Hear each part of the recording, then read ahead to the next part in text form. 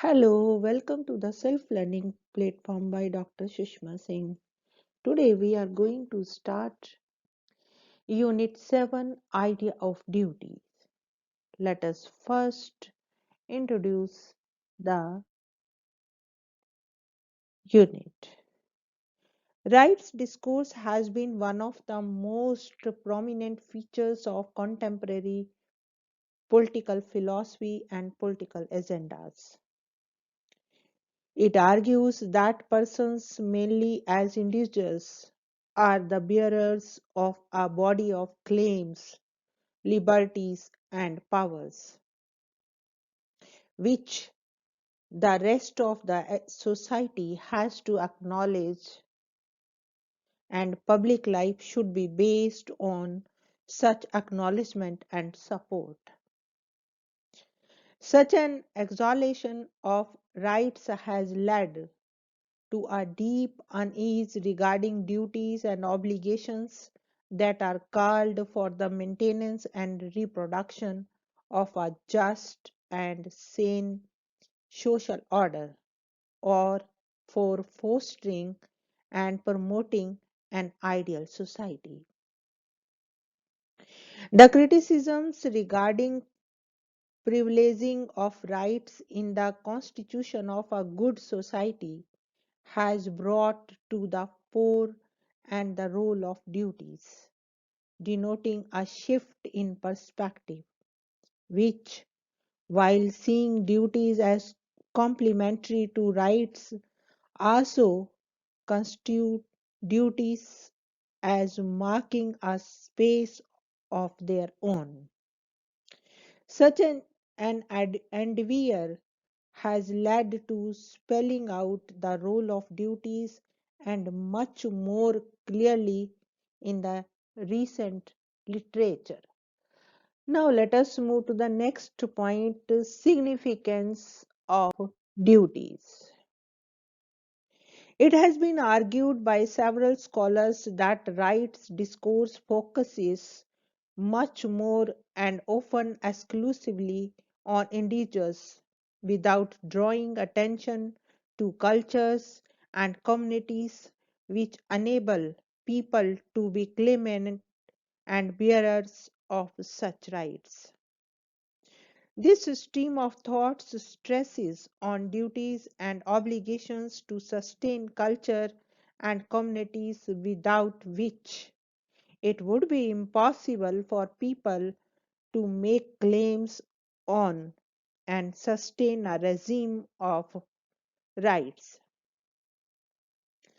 Sometimes denial of certain rights may make people rise in revolt against a system which is by and large fair.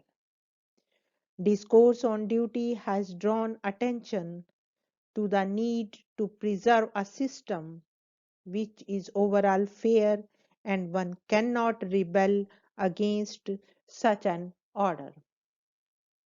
While rights discourse has seen itself as universally holding good, there have been currents of thought upholding the significance of reasonable yet diverse ways of life and ideals which qualify such a universal claim to different degrees.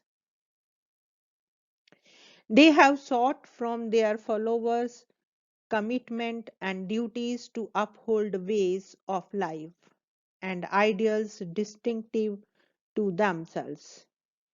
Given the deep pluralism in which societies are being caught today, we cannot ignore such duty based avocations present in our public life.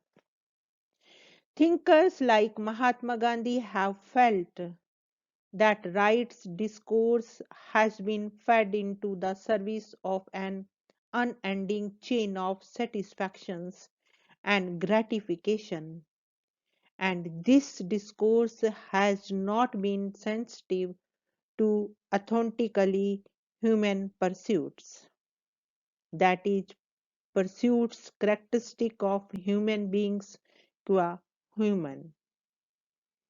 It has been led to wanton exploitation of Earth's resources, breeding conflicts and violence closely bound up with such an endeavor.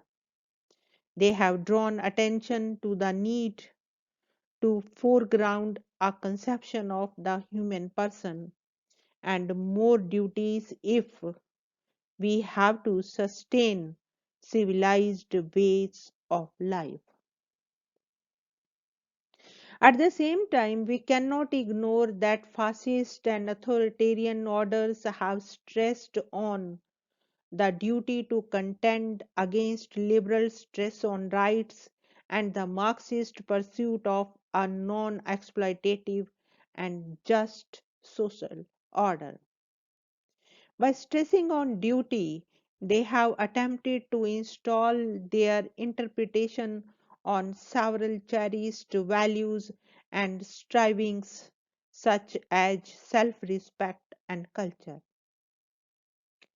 Given such a deployment of the understanding of duty, it necessarily makes this idea a deeply contested one, susceptible to different pulls and pressures.